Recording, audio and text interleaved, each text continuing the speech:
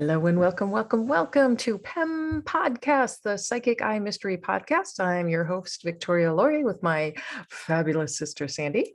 We are doing episode 9. 9, Sandy, 9.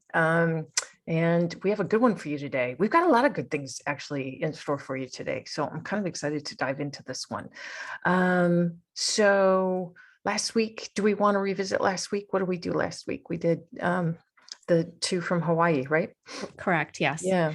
So quick follow-up. There was a newscast that was done in Hawaii of the crime itself. And what was fascinating to me, after you had described what you felt had happened, that newscast actually went to the area where they had discovered Lisa Al's body, and they filmed the turnaround area where the newspaper delivery person, I can't remember her name. Charlotte, thank you, had witnessed.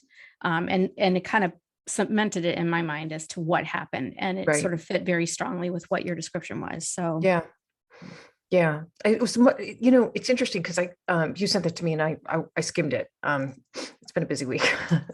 And from what I saw, it was more lush than what was in my mind. But it's Hawaii. Hawaii's lush. So it's such a sad case, really. It's so sad that the family both families never got justice. Lisa and who was it? Diane Suzuki. Thank you. I'm like, it's on the tip of my tongue. I know it is. All right, cool. All right. Do you want to start with anecdotes? Because I have such a good one. Okay. So I read for a gentleman last night. He was so lovely, just a real sweetheart, had wonderful energy. And, I give my spiel every time that I start a reading right now. And I'm like, listen, this is mediumship is a new skill set. Someone may come through. It may be someone you recognize. It's either going to be a hit and it's out of the park, or it's going to be a miss and it's really going to be bad. And then if it's bad, then we just jump into the future forecast, which is my forte. So he's prepared, and first time client, and immediately gentleman fitting the realm of, the hierarchy, right, of dad shows up. So I said, okay, I think I have your father here. He's like, my father's still alive. And so I'm like, immediately in my mind, I go, fuck, because I'm like, damn it, really, right out of the gate. But then this guy showed me, Ruh-roh. Yeah, ruh-roh. Call Shaggy. Give me a Scooby snack. Stat. Anyway. So this gentleman on the other side shows me a stepladder. So I go, oh, I get it. So I asked the guy, I'm like, do you have a stepfather over it? And he's like, yeah. And I'm like, okay, this is him. And I said, he had a heart condition, right? He's like, yes, he did. And he gave me a couple of others, small clues. And I said, your mom's still with us, right? He said, yes. And I said, she's with someone new, right? He's like, yes. And I said, what's the deal with Christmas? Like around Christmas, I don't feel it's like a birthday. It's like an anniversary. There's something about an anniversary. And he said, well, my mother married her third husband, on Christmas Eve. So I'm like, okay, cool. All right. So this stepfather is approving of that match. This is his way of saying he approves of that match.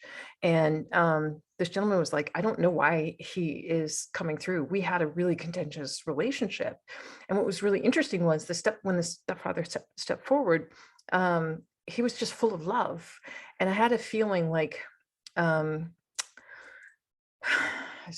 had a feeling that in life, the stepfather was very rigid in his thinking and was very judgmental. And then on the other side, you let go of that because you have such a much bigger view, right? So you let go of a lot of your, small thoughts, the things that keep you, I don't know, insecure and prejudiced and bigoted.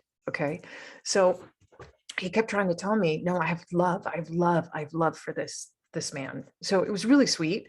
And I'm telling my client, I'm like, you can take it or leave it. You don't have to forgive your stepfather at all, but he just wants you to know that he gets it, that he's like over there now and he understands. And he's just sending you love, love, love, love. So, and then I said, it's because he was wearing a cap. And I said, it's funny you're wearing a baseball cap. which it really wasn't a baseball cap. It was actually just a cap. I said, because your stepfather keeps showing me baseball. And I said, did he love baseball? And he's like, no. And I'm like, okay, and I'm seeing like the baseball diamond, and I'm seeing, the stands and everything. And then my client goes, but he goes, we had probably the most traumatic experience with each other, the most traumatic, like contentious fight at a baseball game. And I'm like, okay. So, he's really telling you he's sorry. Okay. So we go on, I dive into the future forecast. We get done with that. And then my client says, hey, can you reach out to my sister? And I said, I can try. So I reach out, I'm like, so-and-so's sister, please come forward. And immediately I get a woman. I felt she had died of cancer. And I said, did your sister die of cancer? He said, no. And I'm like, oh, that's weird. And I said, I kept feeling like here, like a tightness here. And I'm like, I feel like the cancer, and there's something here. And he goes, that's my aunt. My aunt died of cancer, and she had a pretty traumatic, I think she had throat cancer. And she had like something. A laryngectomy. Yeah. Total laryngectomy, likely. Yeah. And I said, okay, so it's probably your aunt is bringing your sister through. And then I got the sister to come forward, and immediately she let me know that she was responsible for a crossing. So I asked, did she commit suicide? Yes, she did. And I said, she died my client was probably in his 60s. And I said, looks like she died in her late teens or early 20s. And he said, yeah, she died in, I think, 23. And I said, well, she visits you in your dreams. And he said, yeah, but when she visits, we're always fighting. And she was really cute. She goes, but he's picking all the fights. She's like, I'm just coming in to say hello, and he's picking all the fights. And he admitted, he's like, yeah, even in life, I would pick all the fights. I was always we had a contentious relationship, and I was the one that was picking the fights. And he said, does she come to my mom at all? And I said, she tries, but she hits a wall.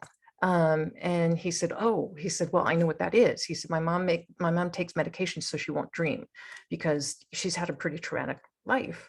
And I said, okay, well, her daughter can't get through. She can't get through that veil. And I said, was your sister like a hippie?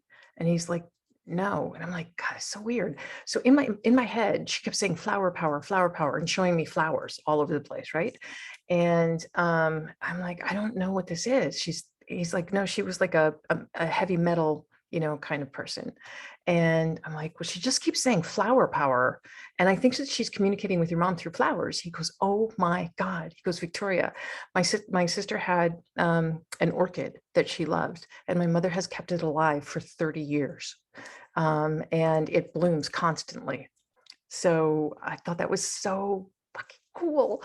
So yeah, so that's my anecdote. I love that. I loved it. Wonderful. Yeah. I love how they give me the clues. It's like flower power. It's like, if she just showed me a flower, I don't know that it would have had the impact, but she takes me back to, hippie days, right? The 60s. And she's showing me scenes of like Woodstock, and flower power, blah, blah, blah, blah, blah. So I thought that was super clever. I thought that was really, really clever. It was. And, that mom is special if she's kept an orchid alive for 30 years. Exactly. Well, I guess it's kind of a trait in their family, because I guess his grandmother kept an orchid alive for like almost 70 years.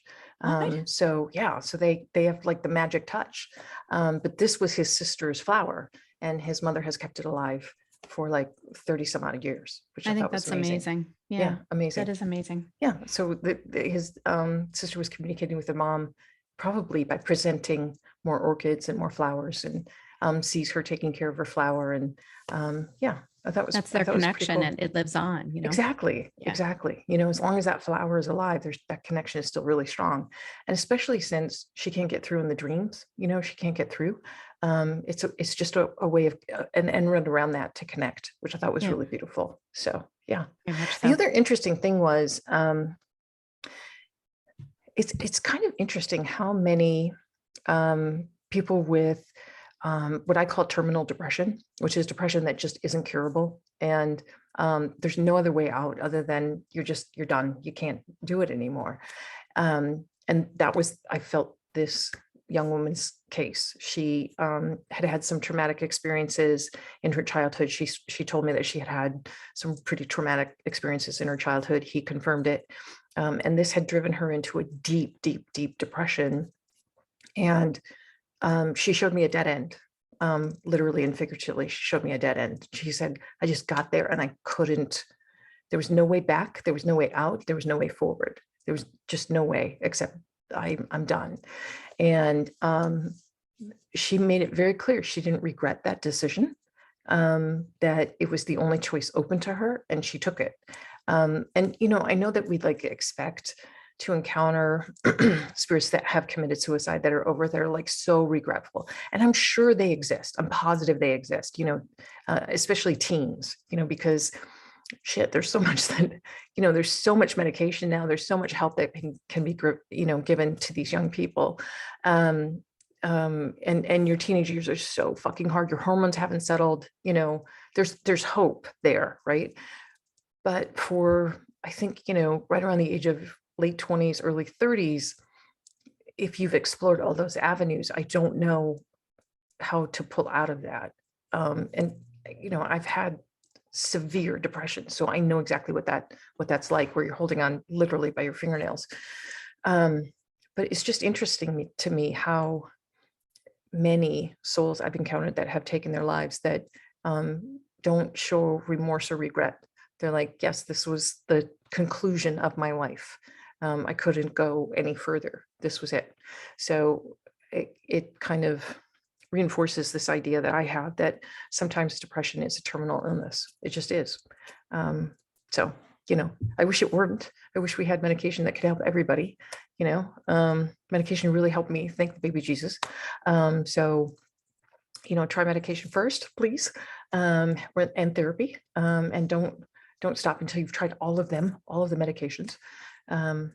Yeah, so interesting. Okay, on that happy note. Here's a depressing story to get us going. Well, it's not, it's like, no, I'm talking about the story I'm about to read. The one I'm about to read. Okay. Yeah. Okay. Fire away. We're very uplifting. I know. People are tuning in and they're like, just, where's my box of Kleenex? Oh, I'm sorry, people. I'm sorry. All right. All right. So read about the disappearance of Kyron Horman, yes, which is a case that you've brought up to me a couple of times. So I'm so glad we're diving into this. I am too. I first heard about the case when he went missing, and it has stuck with me since I first learned about it. So let me share the story. On June 4th, 2010, 7-year-old Kyron Horman disappeared from Skyline Elementary School in Portland, Oregon, after attending a school science fair. An extensive and prolonged search by state and federal officials have never uncovered any significant information regarding Kyron's whereabouts. Kyron's story begins in 2000 when his parents, Desiree and Kane Horman, married. And as their relationship soured, they made plans to separate, but upon discovering that Desiree was pregnant with Kyron, the couple opted to stay together. However, by August of 2002, when Desiree was 8 months pregnant, she filed for divorce, citing irreconcilable differences. Kyron was born 1 month later on September 9th, 2002. And while Kane and Desiree were officially divorced in 2003, they agreed to share custody of Kyron. But he mostly lived with Desiree until 2004, when she was diagnosed with kidney failure. And because her illness required extensive medical care, she agreed to give Kane full custody of Kyron while she underwent her treatment and recovery. Due to his highly demanding job as an engineer at Intel, Kane quickly realized that he needed help with the care of his 2-year-old son. So Desiree's friend, Terry Moulton, a substitute teacher from Rosenberg, Oregon, moved in as caretaker. Terry brought her then 10-year-old son, James, from her first marriage to this newly blended family arrangement. Once back on her feet, Desiree did not pursue custody of Kyron, opting instead to co-parent her son every weekend with her new husband, Medford Police Detective Tony Young. For Kane and Terry, what started as a caregiving relationship, blossomed in April 2007, and the couple married in Kauai. It was Kane's second marriage and Terry's third. And then in December of 2008, Terry gave birth to their daughter, Kiara. According to friends and family, the Hormans were a tight-knit, loving family that enjoyed doing things together, including trips to Disney World and outings to local area attractions. To most observers, Kyron was Terry's child. She volunteered at his school, and she took him swimming along with her son, James, and Kiara. Once a month, Terry and Kane would converge at Sherry's restaurant in Springfield so James could spend the weekend with his dad, Ron Tarver, and his wife, and Kyron with Desiree and her husband, Tony. However, as of March 2010, James moved in permanently with his father, and the reason behind the change is unclear. Both of her ex-husbands, Ron Tarver and Richard Ecker, found Terry to be a focused and attentive mom. However, Terry has been depicted by former in-laws and a roommate as a mix of contradictions. Someone who's caring and controlling, self-centered and giving, demanding and short-tempered.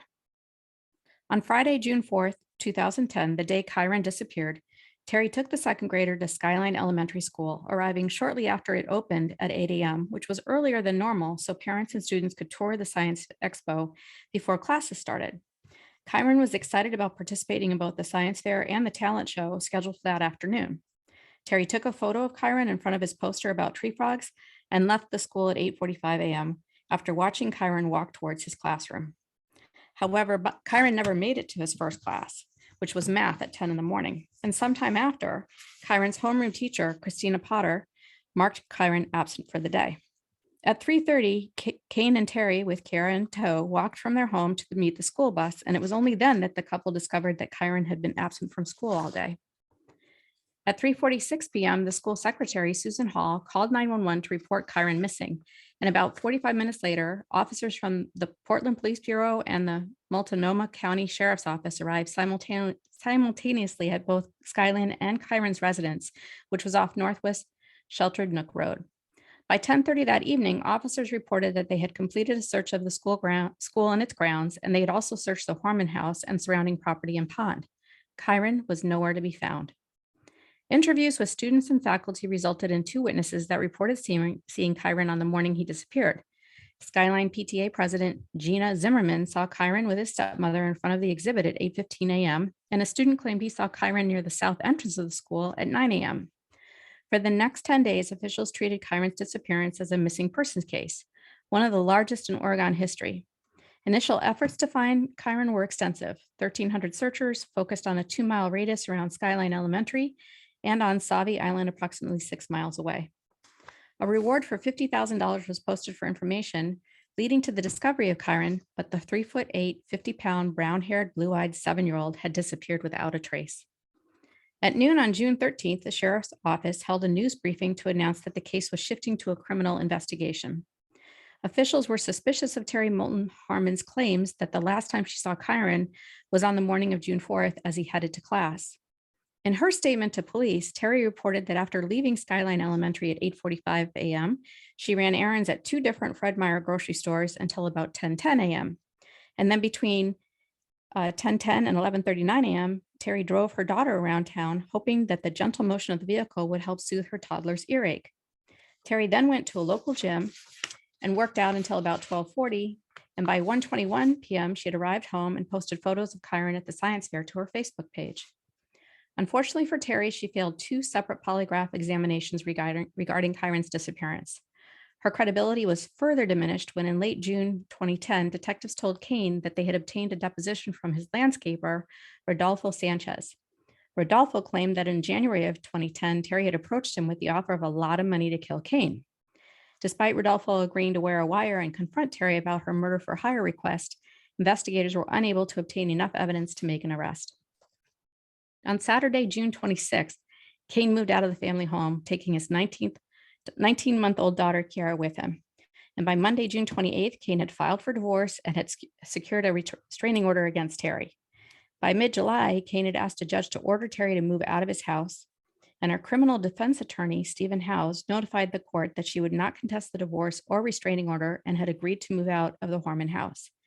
Kane and his daughter returned home on July 17th, and temporary orders were issued limiting Terry's visits with Kiara to supervised visitation. Also during the month of July, a grand jury subpoenaed several friends of Terry's, including Dee Dee Spiker.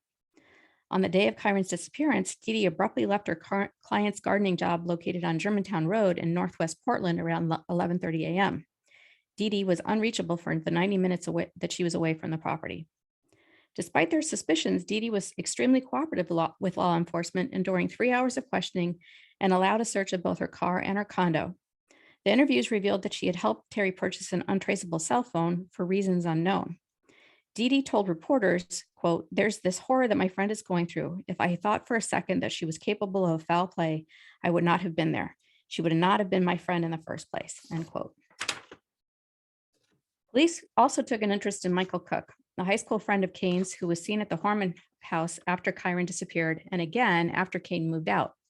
In a court document, Kane asked that his estranged wife be held in contempt, saying she violated the restraining order by starting a sexual relationship with Cook, sharing sealed legal information, and conspired to kidnap their daughter. Kane later dropped the contempt action. In August of 2010, law enforcement announced that 2 witnesses had reported seeing an individual sitting inside of Terry's truck outside of Skyline Elementary School on the day of Kyron's disappearance. Police believe that the identity of this second person could be critical in determining what happened to Kyron after 9 a.m. on June 4th. Also in August, searchers and investigators resumed a ground search for Kyron, focusing on the 2.2-mile Old Germantown Road loop, not far from the home where Dee Dee Spiker was at her gardening job the day that Kyron went missing. In October, the Horman divorce proceedings were delayed until January 2011, with the judge ruling that a delay was warranted to avoid violating Terry's Fifth Amendment rights by testifying in a matter that might implicate her in a crime. Kane filed an objection to Terry's petition to increase her visitation with Kiara and requested a mental health evaluation. He argued that Terry is an emotionally disturbed individual focused on her own needs rather than the needs of Kiara or my missing Kyron. Terry subsequently withdrew her motion seeking parenting time with her daughter. Between January and March of 2011, the final ground search for Kyron took place around the forested hills west of Sauvie Island, with authorities saying that they had a new and very specific reason for searching. About 50 searchers and 7 cadaver detecting dogs were employed. The search focused on several parcels of private property, mostly logging land, and along Northwest Skyline Boulevard between Rocky Point Road and Logie Trail Road and around the Dixie Mountain area. Nothing was found. A year after Kyron's disappearance on June 2nd, 2011, County Sheriff Dan Stanton announced that the formal task force would disband as of July 1st, 2011, but a lead detective from the office would continue to work full-time on the investigation, as authorities had narrowed the search for Kyron to less than 100 acres. On June 1st, 2012, Kyron's mother, Desiree Young, filed a civil lawsuit against Terry, claiming that she was responsible for the disappearance of Kyron. The lawsuit cited custodial interference and attempted to prove that Terry had kidnapped Kyron on the day he disappeared and sought $10 million in damages. On August 15, 2012, a federal court judge denied Terry's motion to delay the lawsuit. In early October of 2012, Dee Dee Spiker refused to answer any of the 142 questions posed to her during a deposition regarding Desiree Young's lawsuit, some of which centered on her whereabouts on June 4, 2010, and her contact with Terry that day. In a separate hearing, Kyron Horman testified that police had told him that they had more probable cause to think Terry Horman was involved in Kyron's disappearance than they did 2 years ago. And despite the pressure of these legal proceedings placed on Terry, on July 30th, 2013, Desiree announced that she had dropped the lawsuit so as not to interfere with the ongoing police investigation. In 2016, Terry Horman appeared as a guest on the Dr. Phil show, during which time she told Phil McGraw, quote, "I was advised from the beginning by law enforcement, by my husband at the time, and by my attorneys in the beginning not to say anything. I've always wanted to. I've asked multiple times to speak out and not been allowed." She denied having any involvement in Kyron's disappearance and stated that her belief that he was kidnapped by saying that, quote, "There was a man in a white pickup truck, Ford, parked on Highway 30 at 7-Eleven, which is not near the school. He was acting very strangely and he was addressed by one of the employees because he had been pacing back and forth in front of the 7-Eleven for about an hour," end quote. In 2020, detectives shared incriminating emails written by Terry about her hatred of Kyron and her wish that he would just die. To date, authorities have not charged Terry on the murder for hire ploy, nor has she been formally named as a suspect or a person of interest in the disappearance of Kyron Horman. Since her divorce from Kane in 2011, she has remarried for the 4th time in 2018 to Jose de Jesus Vasquez Martinez. The case remains open and active to this day. My sources for this story come from Oregon Live, Kyron Horman's Blended Family, Friends Describe a Close Supportive Group by Lynn Terry, June 19, 2010. OregonLive.com, Kyron Horman, Missing 10 Years, A Timeline by Lizzie Aker, June 4th, 2020, and Wikipedia. Poor Kyron, poor kid. So When you first brought this case up to me and kind of told me a schematic of kind of, what you'd read and what you'd been researching, this was really even before you got into it. This was kind of even when we first brought up the idea of doing this podcast. This was one of the cases you definitely wanted to look into, Sands. And immediately I had said, did they ever check the basement? Because I felt like Kyron was down in the basement, and I kept feeling like he was on a dirt floor and there were like stone walls. And you didn't know at the time. You did your research. Obviously they'd checked any place that Kyron could possibly be in and around the Horman home. But that thought of him being on earth, on dirt, and surrounded by stone walls never left. So in thinking about it, I came to the conclusion, wait, what if that wasn't a basement? What if that was a well? Because wells have, a bottom, a dirt bottom. Yes, there's water in there, but they also have a dirt bottom and the walls are stone. And that sort of fit, like that was like a puzzle piece that went into place. And what's really fascinating is after I'd written down all of my perceptions about what I thought happened and where Kyron might be, I hopped online and I was looking for information for the search area. And one of the sites that I hopped on was a site devoted, a site originated by psychics. I don't know any of these psychics that have originated this, but that's not unusual. We're a dime a dozen, basically. Devoted to finding lost children. So, very, very purest of thoughts. Okay. Purest of intent. Thank you. Intents.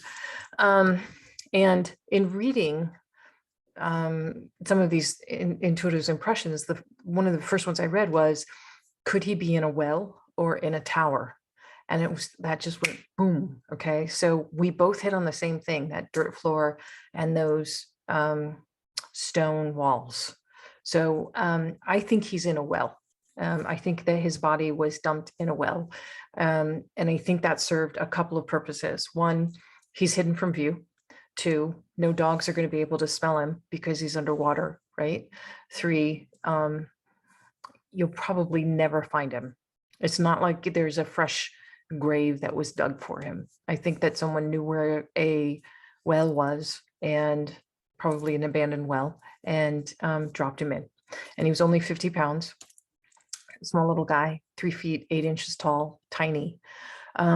So I did a little bit of automatic writing to see if I could pull him in. And he kind of told me, I think I got him. Okay. He kind of told me that the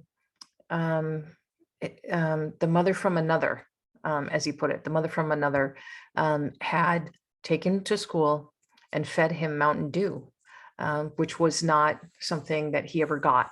It was like a huge treat. And he was like, what's this about? So he was fed Mountain Dew.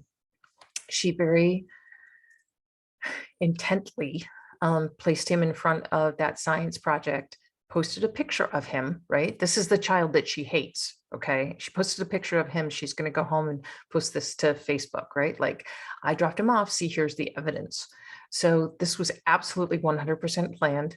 The Mountain Dew, I felt very strongly, was laced with poison, whether it was rat poison or oleander or what is it? Antifreeze. It was hidden. It was hidden in the Mountain Dew. And Kyron, if it's true that I got him through, said that pretty immediately, because she kept, getting him to try and drink the Mountain Dew. He started to feel not good kind of when he was at school, right before he was dropped off. And she insisted, go take a photo. And then he started to feel worse. And she's like, well, then come home. And, if you're not feeling well. And on the ride home, she fed him more of this poison laced Mountain Dew. And then he said there was something about he felt really, really, really sick. And then his body kind of went into convulsions. And the next thing he knew, he was being greeted by an older gentleman that said something to the effect of, I'm your grandfather or great grandfather. Let's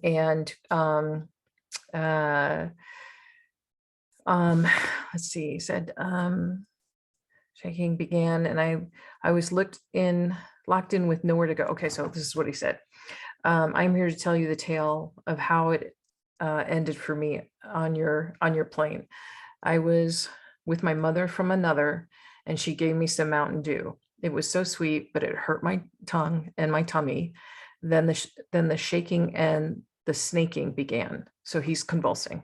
And I was locked in with nowhere to go but up, meaning he was dying. Up means on the other side. And then I was with an old man who helped me look and see where I landed after my fall. So this, again, I think lends credence to the fact that she dumped him in a well. And he's looking down to see his body in the well. It was out of the truck and into the mud with no one to see or pass by. Mother from another had this all mapped out. She wanted me gone, and she got her wish, but not the prize.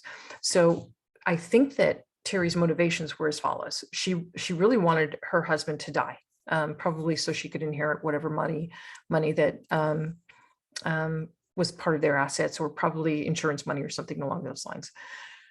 When I think it became obvious that the gardener or landscaper, excuse me, the landscaper was wearing the wire and was trying to get her to confess, she knew that she was in trouble. So if she had murdered Kyron and left his body somewhere where someone could find, right, and like blame it on another person, of course the suspicion would have fallen on her, right? Because she's already said, I want this kid dead.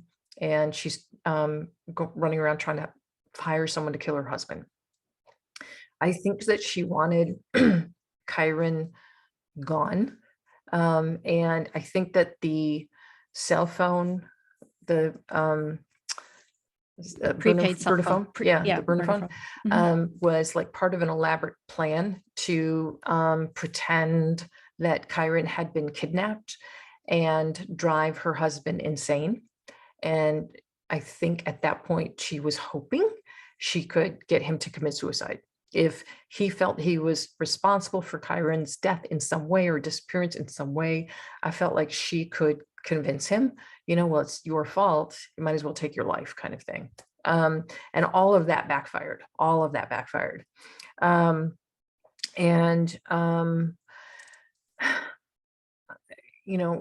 problem is you don't have a body. You don't have a body to go, chase after. So I looked at a map, and I know that they were talking about Old Germantown, which is south. So I don't know if you can see this. For the listening audience, they're like, what? I can't see. Okay, so Germantown Road is south of Skyline Elementary. So Skyline Elementary is here, and then Old Germantown Road is there.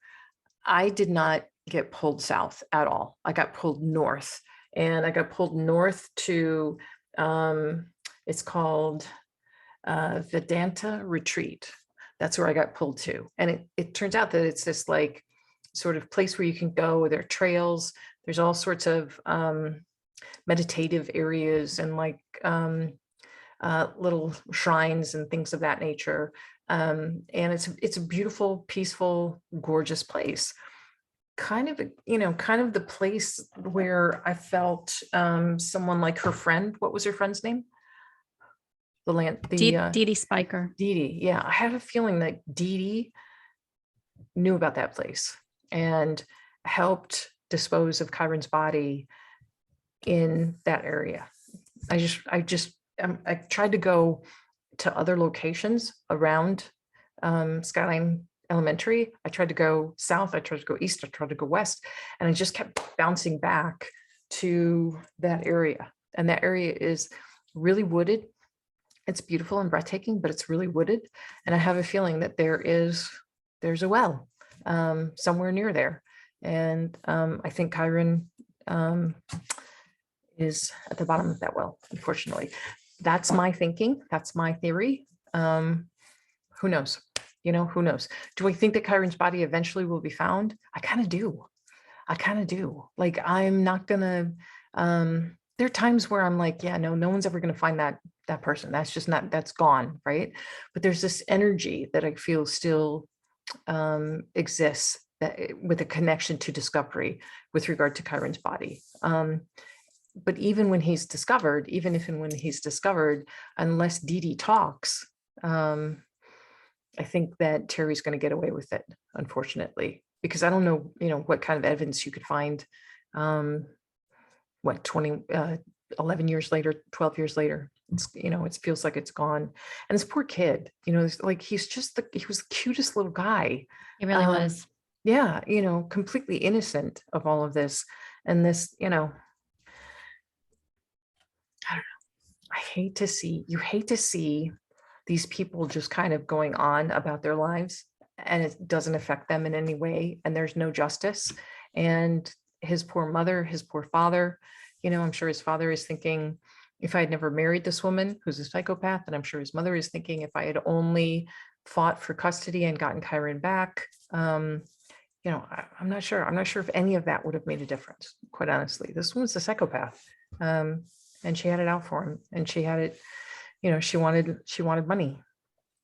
So I'm kind of glad when he said, she got her wish, but she didn't get the prize, meaning her husband divorced her and took her child. And so, she got her wish. Kyron was gone, but she did not get what she wanted, which was his father to take responsibility in some capacity and kill himself. So at least she got that denied. I don't know. She'll, at some point, I'm hoping she'll have to pay some sort of a price. You Yeah. kill a little 7-year-old. Man, I hope there's a special place for you,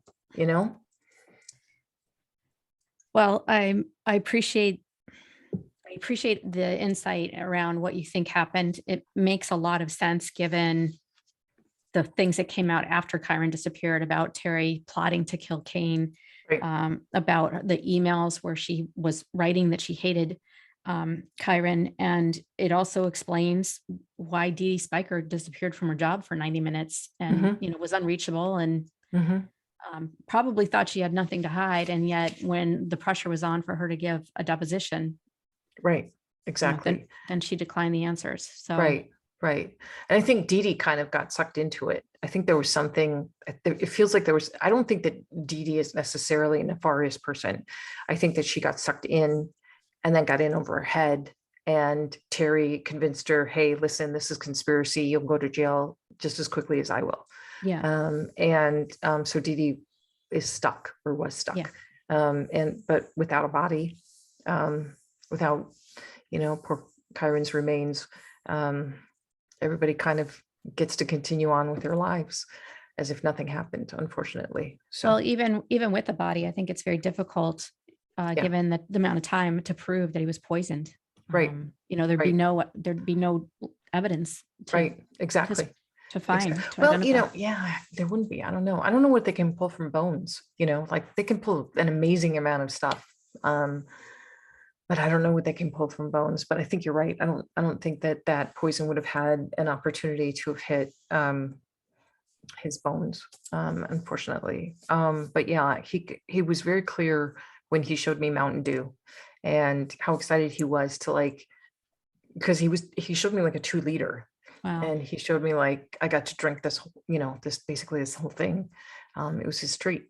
And poor little unsuspecting guy, poor kid, and died honestly a terrible death. Yeah. He was aware he was convulsing. Fun. He was aware he was convulsing, and he couldn't do anything. He was locked inside, nowhere to go but up, meaning across, to die. So really sad, really, really sad, unfortunately. So anyway, on that note, let's jump into. Well, can I just say this? I'm gonna say a prayer that they do actually find Kyron's body. Yeah, I think too. it would provide some peace to both of his parents. Yeah, me too. I can't imagine the agony of having to live not knowing what's happened to your child. Right. And yet knowing that the person that you entrusted with his care was responsible, but you can't prove it. So. Right. Exactly. Yep. And I don't, when I'm like, I think it's in this area, I don't want to send anybody on a wild goose chase, but if you happen to live in that area and you visit that retreat and you know of a well, send us an email, send us an email, go look. Okay. Send us an email. Don't go in the well. Don't go in the well. Don't go in the well. Don't drink from the well. Don't go in the well.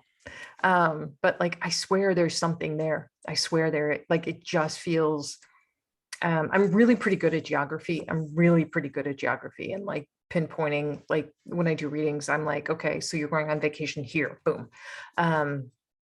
So I'm pretty precise with that. It's one of my little talents, in the, specialized little talents in the future forecasting that I do. And so I really recognize when I'm pulled to a certain location, like there is something there. And what I try and do if I'm pulled to a certain location is I try and go, okay, so this is the site where I'm pulled from. Can I put Kyron's energy someplace else to test it, right? And if it springs back like a rubber band, then I know that, no, I'm right, this is it. And so I tried north, south, east, and west of this location, and it just kept springing back and springing back. So I really think he's in that area. And I think that's why there's been no evidence at all discovered, because they're concentrating on Old Germantown Road, which is south, in the wrong direction. So, and it would have been very easy for Terry to hop on, to hop on, I think, Route 27, hop on 127 to 30, and then hike it up to the Vedanta retreat, or Vedanta, Vedanta, Vedanta retreat. It's not a straight shot, but it's pretty quick, which would have allowed her to dispose of the body and get back for her workout, right?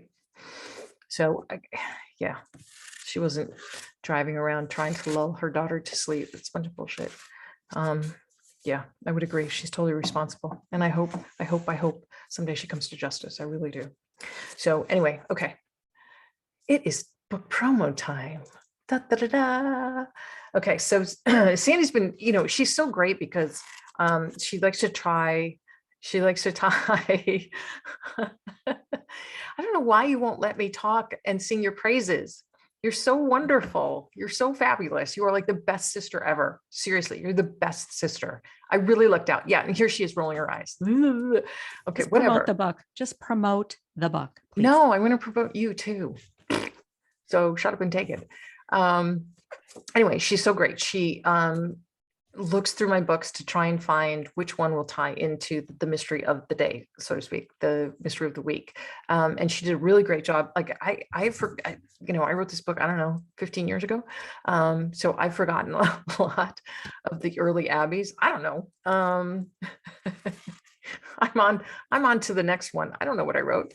And this one in particular was kind of fun because in the Abby Cooper series, her best friend, her BFF sidekick is Candace Fusco. And Candace is kind of a badass. And Candace is actually based on a PI that I met very early on in my intuitive career, in my psychic career. And I based her entirely on this woman. This woman came to me, I think, for 2 readings. And she was just, man, she was together. She was gorgeous. She was smart. She was shrewd. And I had a feeling like she could handle herself, in a battle. And I literally only met her twice, but like I got her, like immediately. I'm like, wow, you are a character. So anyway, so Candace, who is beloved by me, I really, really love this character. She is introduced to her future husband, Bryce Harrison, and they don't hit it off very well. Bryce has got a stick up his ass. He is FBI and he's by the book and he doesn't buy any of this psychic crap, blah, blah, blah, blah, blah. Puts Abby through her rigors. She passes all the tests. He keeps trying to fail her, back and forth, back and forth. And then they get mixed up in a case where various teams who used to be friends go missing. And so Abby is on the hunt to try and find the teens and what happened to them. And it has a little bit of a twisty ending. You know, I love a good insane asylum setting. I've done that a couple of times, actually. Like, what is, you know, graveyards are, you know, people are like, graveyards are creepy. Graveyards are not creepy. You know what's creepy? Abandoned insane asylums. Those are fucking creepy. I love that setting to kind of pull you on the edge of your seat. And this one's haunted as well. So Abby finds herself separated from the group and running kind of from the spooks and from a killer in this insane asylum at the end. Yeah, it's fun for me. So check it out. Doom with a View. Forget which one this is in the series, like seventh, I think, 6th, 7th, something like that. If you look inside the jacket, you will be able to determine that. What? You can do that. 1, 2, 3, 4, 5, 6, 7. Yeah, see, I was right. 7. Love it when the math works out. So yeah, okay. That's it. That's it for the PEMpodcast today. Whoop whoop. What are we doing next week, Sans? Do you know what we're doing next? No, you have no idea. No idea. we're just wandering in the forest, lost. Yeah, we'll come up with something good. So thank you for tuning in, and thank you for sending all of the lovely comments that so many of you have been sending my way. I've been reading for a lot of clients who've been watching the podcast, and I thank you profusely. We love doing them. It's so fabulous to hear that you guys enjoy them. And we're just going to keep going. We're just going to keep going and having fun. Okay. And if you have a suggestion, if you have a local mystery, or a mystery that has always kind of made an impression on you and you want to send it to us to kind of review and look into, please send the idea or the link or whatever to victoria@victorialaurie.com, and we'll take a look. Okay. And if you want to book an appointment with me, as always, you can go to victorialaurie.com. And if you want to sign up for my newsletter, I know, I owe you 2022 predictions. I'm so busy right now. I'm so busy. I'm trying to find time. It's impossible. I don't know where I can stick this. You shut up, Sandy. Shut up. She is playing her tiny violin for me. Yes. Weep, weep, weep. Whatever. I love you, but sometimes I just want to move you. Anyway, so I'll work on that.